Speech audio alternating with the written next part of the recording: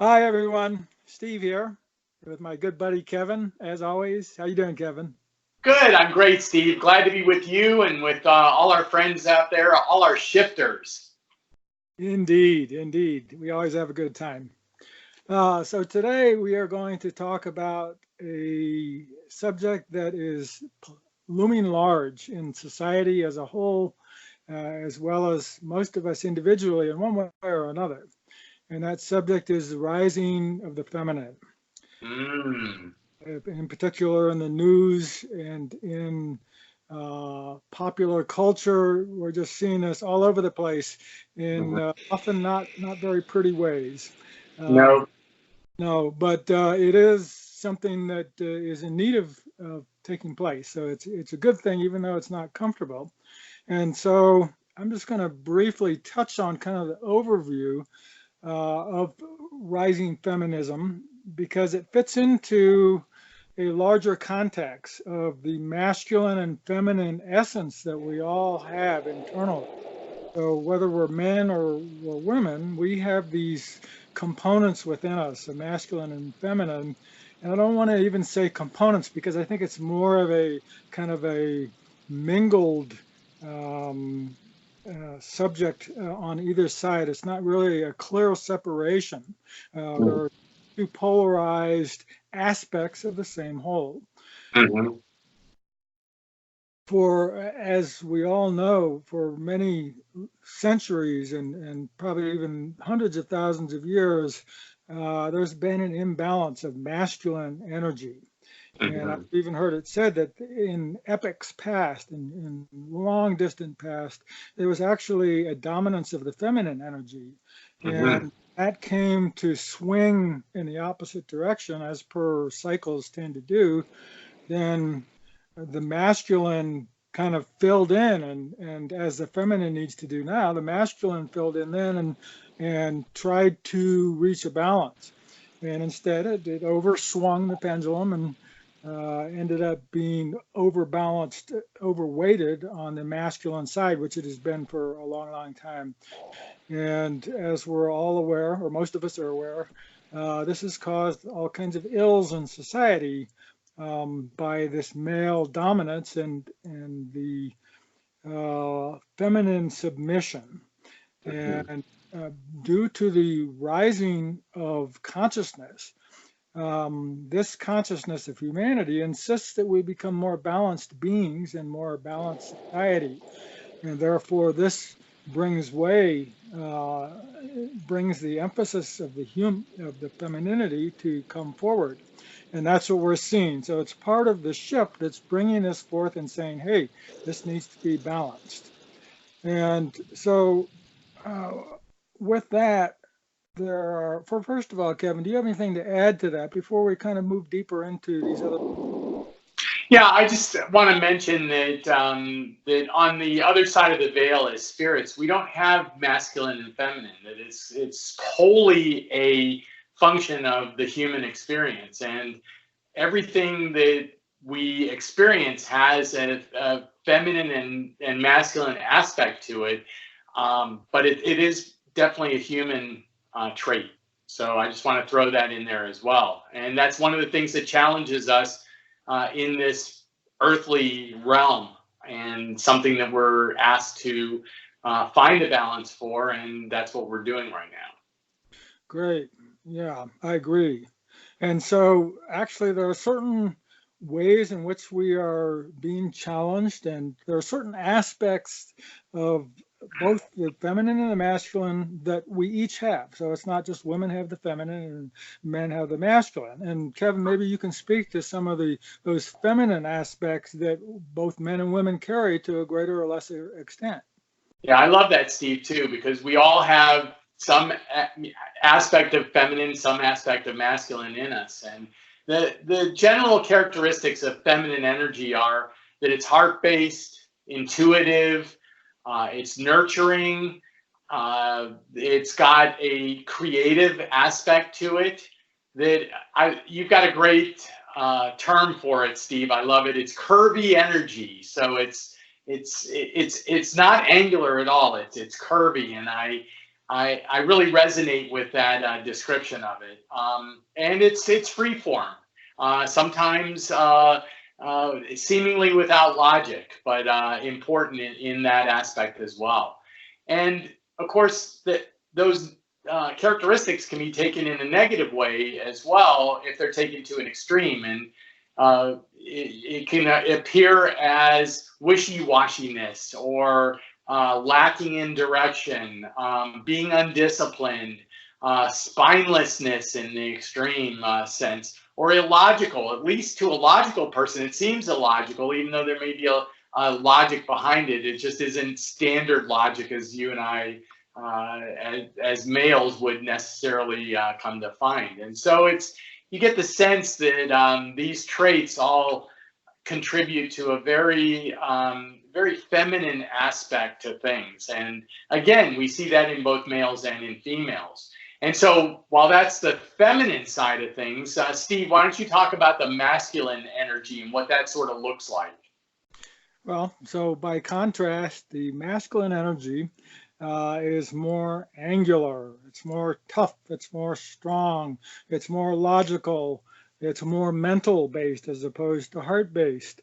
And I think we can all relate to that. If we look at extremely masculine figures in, for instance, films and drama and that kind of thing, they exemplify the strong, tough traits, whereas the feminine is the soft and caring and the nurturing, both of which are important aspects. And in society in general, when you have too much of one and not the other, then you got problems. But when you also say, Steve, I don't mean to interrupt, but wouldn't you say that in movies and things like that, they tend to overemphasize one or the other in order to make it seem bigger than life? So the He-Man is going to be muscular and angular and logical, and the hero kind of guy, and the woman's going to be, oh, the frail, illogical woman, but taken to an extreme. But yet you see those traits in both men and women, just not to that great extent. Yeah, well, I think Hollywood and mass media in general like drama. And when you have those extreme polarities, it makes for more drama. And we have drama in our life right now due to those polarities that are existing in society and in real life right now, whether it's politics or the media, or there's a whole host of things where we see that polarity just taken to extremes, and it does create drama. That's a great point. Absolutely, it does. So in any case, so those are the masculine elements of masculinity. But as you mentioned with the femininity, there's also the opportunity to be overly emphasized or unbalanced to the extreme, where men can be rigid and inflexible, closed-minded. And I said men, but I actually meant masculine, because women can. Okay, there you go. I was gonna correct you, Steve. I caught myself. Lacking in heart, being overly mental and logical, and not being feeling and caring. So likewise, it can be taken to the opposite extreme. Mm-hmm. Yeah, absolutely. Well, I think it's important to maybe let women know what we think maybe they could do to help move the feminine rising along quicker than it's going right now. It's going to happen no matter what, but to the extent that women can back this movement, I think it's going to go quicker, and it's going to be an easier transition. So my feeling is, and you agree with me, Steve, that women are in a position now of having a lot more power than they've had in the past, and a lot of women are unused to having a role in life where they have this kind of power, and it doesn't feel right for them to exercise it. They've always sort of taken a passive role, and if women will embrace the power that is now out there for them and move forward in a positive way with it, I think they could help this shift happen a lot quicker. That's going to require helping men understand what is going on and to be compassionate, to bring a little bit of that nurturing and compassion to the men that are certainly going to struggle with this. So they also have to be careful not to abuse this amount of power that they have right now, because it would be very easy. And I think it's possible that this pendulum could swing away from center and balance toward the feminine, with all this power, before it then ultimately shifts back to a balanced state. And so if we can kind of understand that at the beginning, maybe we don't let the pendulum swing quite as far. And so hopefully, but you know what, one of the biggest things that I think could help is for women to attain a level of self-worth and self-love. We talked about it in an earlier video, where they understand their value as being something more than the physical body, that this nurturing spirit, and taking care of the children and things like that, that their power now extends well beyond that. And that power is going to be manifested best if they understand their own self-worth. And so I also think that by understanding that, it will help to limit the abuse of power that potentially could happen there, because they're going to be operating from a standpoint of love, self-love, and then outward love, as we've talked about in the past. So those are some of the things that we see that women could do maybe to help the process along. And then, of course, there are things that men can do. And why don't you talk about those, Steve? Well, I think that women need to step forward and kind of put themselves out there in ways that they may not be entirely comfortable with. Men, by the opposite token, need to take a step back.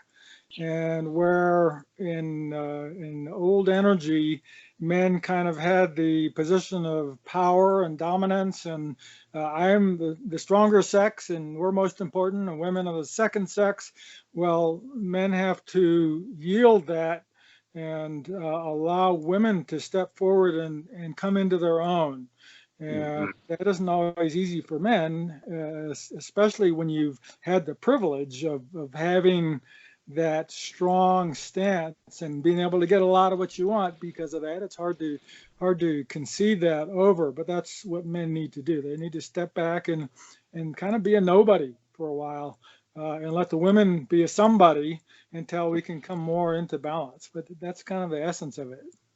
Yeah. Well, we also have to stop maybe objectifying women as much as we are now. I think you and I have talked before about the fact that, you can't tamp down necessarily sexual desires, and the attractive aspect of women and men is a part of that propagating of the species, so to speak, if I could talk in biological terms.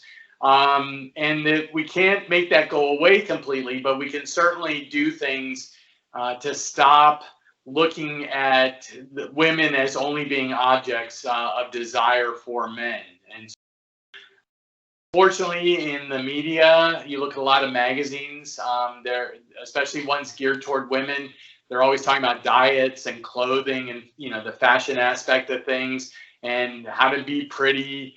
And that's where the emphasis is for those particular magazines. And that doesn't help what you and I are talking about, Steve, because the self-worth that we're talking about for women comes from the heart. It's an internal understanding of the gifts that you're bringing in this shift that we're talking about.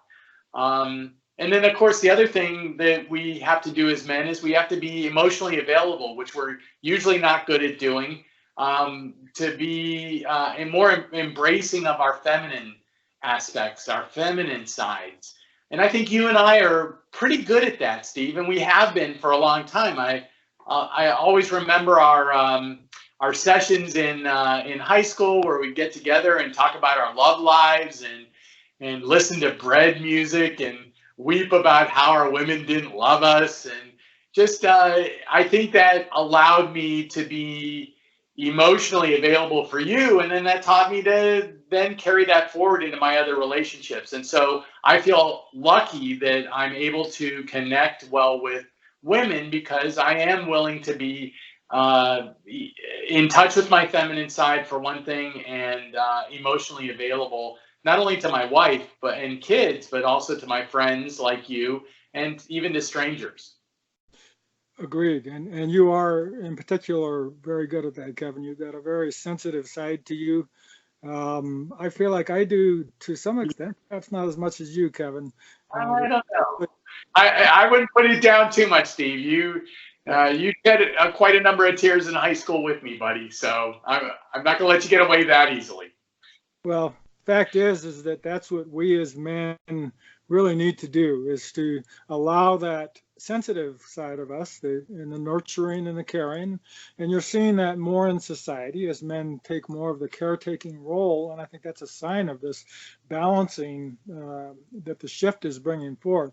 But that's something that we all need to do. And I think, as you mentioned, we as men need to help women to not be so focused on being attractive and that kind of thing. Though there is the animal aspect of that, we can spend more time and more focus on what's really important in women, in their human aspect, and their strength and their courage and their lovingness, and the things that are common to men and women in general as being human beings, and not so much the physical woman, and then help women not to be so focused on that aspect themselves, of the physicality. Yeah, I don't think the animal aspect of our relationship between men and women moves the shift forward at all. It's this other aspect that actually is going to move the shift. Right, and to be conscious and aware of that. And there's a tendency due to our history and upbringing to step back into that old energy. And it's up to men and women to catch ourselves as we see ourselves unconsciously stepping in that direction and saying, nope, I'm not going there. I'm gonna stay in a place where I can assist this melding and this balancing to take place. You know, the patriarchal aspects of life are all around us, Steve. It's in religion, it's in society. Technology is mostly a male-dominated field. Our political system, although all these things are changing, it's slow. I'm hoping that it speeds up more rapidly. I think in the United States, for instance, we're ready for a female president. We have been for a number of years. But we also need to see that change happen in a whole lot of other places. Agreed? Yeah, it's throughout all of society and all our institutions. Although we can see those kind of cracking in various places, and those that don't adapt are going to crack and break. So it behooves them to allow this change to take place.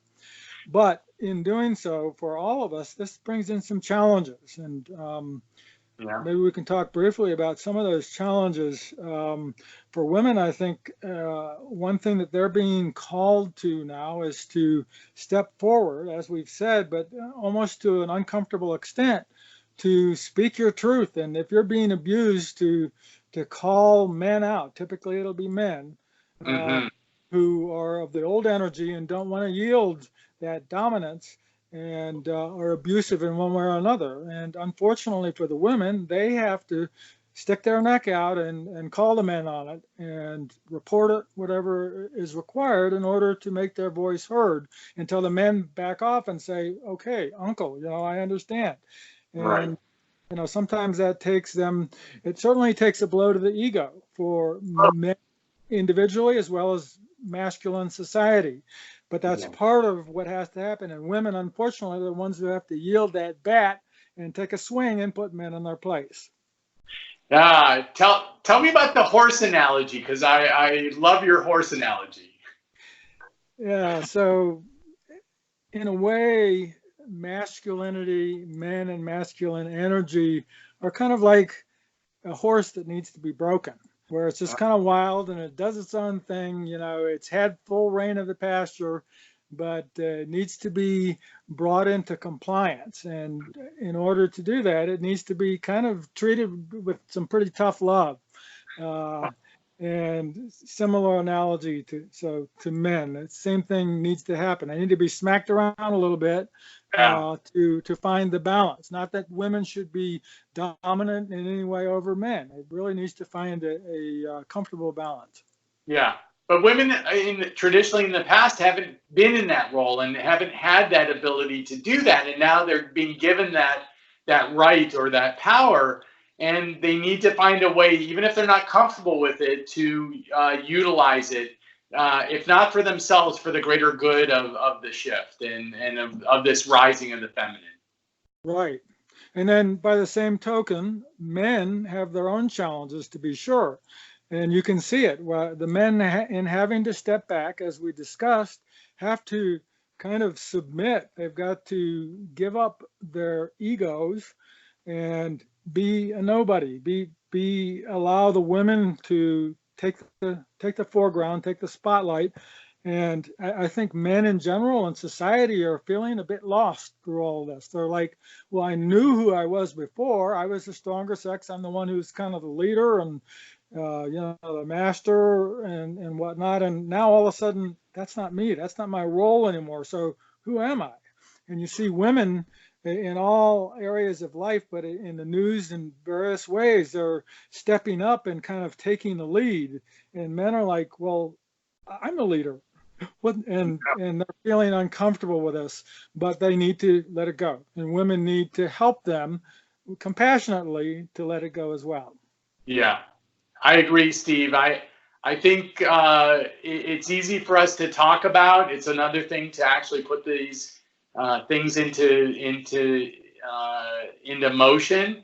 But you and I are, I think, good examples of men who are ready for this rise of the feminine, and we actually look forward to it because we think it's necessary ultimately for the movement of mankind into a higher level of consciousness. Absolutely. I so look forward to it. And I say that because I think a lot of the ills in society today, wars and conflict, are due to overactive masculine egos.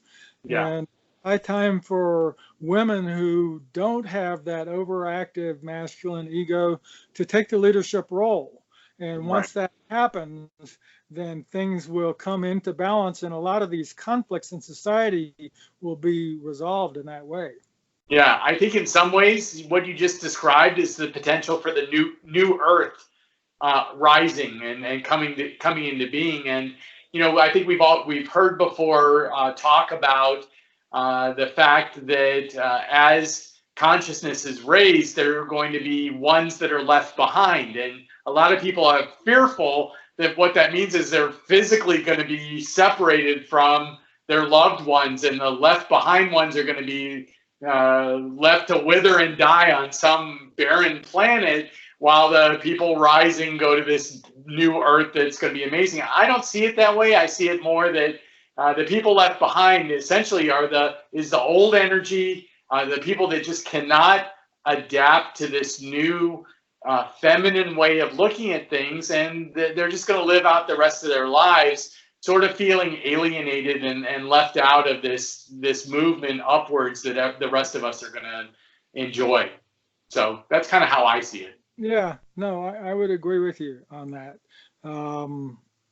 And so I think that with all that said, that I think we've covered the important points with regard to the feminine rising, and we would just love to hear input from you all out there, because Kevin and I have our biases and our rather small sphere of understanding, and especially to hear more from the women out there who can fill in our lack of understanding in these areas would be fantastic. And men, I mean, dude, men are going to have great things to add to this as well. So men and women, just give us your feedback on this, because whatever you provide is going to help us understand this this wacky, amazing thing called the shift, and specifically the feminine rising. True, and plus that, it's just fun to talk about. I mean, Kevin and I talk about this kind of thing together when we're not on video all the time, and we love this subject because they're just important and near and dear to our hearts. So anyway, we'd love to have you all participate in those conversations as well. Absolutely. Well, Steve, I love you. I love all you guys out there, the shifters, men and women, and I can't wait to continue talking about these neat subjects like feminine rising down the road. Very well. I love you too, Kevin, and all of you. Thank you for joining us tonight, and we look forward to conversing with you in the near future. Take care. See you later. Ciao. Bye.